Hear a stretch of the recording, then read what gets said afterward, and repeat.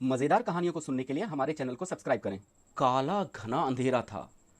आसमान में एक भी तारा नहीं था और हवा भी बहुत शांत थी।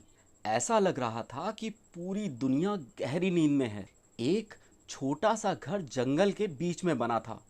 घर के अंदर एक आदमी बैठा किताब पढ़ रहा था। अचानक एक हल्की सी आवाज़ आई। आदमी ने किताब बंद कर दी और ध्यान से सुनने लगा। फिर से वही आवाज़ आई।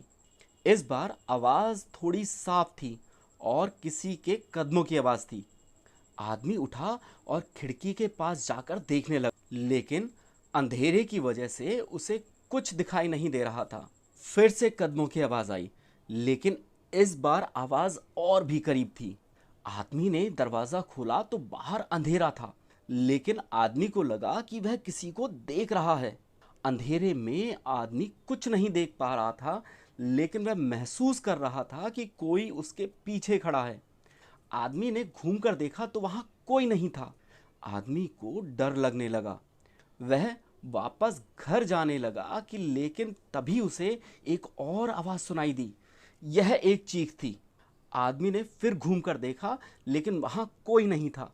आदमी को समझ नहीं आ रहा था कि आखिर हो क्या रहा है। वह पूरी तरह से डर गया था। आदमी भागता हुआ घर में गया और दरवाज़ा बंद कर लिया।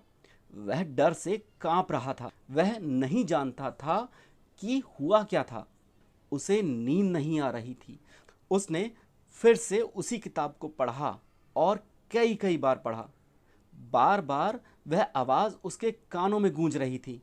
रात भर आदमी जागता रहा और उस आवाज़ के बारे में सोचता रहा। वह नहीं जानता था कि क्या होगा। सुबह होते ही आदमी ने दरवाज़ा खोला। बाहर सूरज चमक रहा था। आदमी को थोड़ा अच्छा लगा। वह बाहर गया और एक गहरी सांस ली।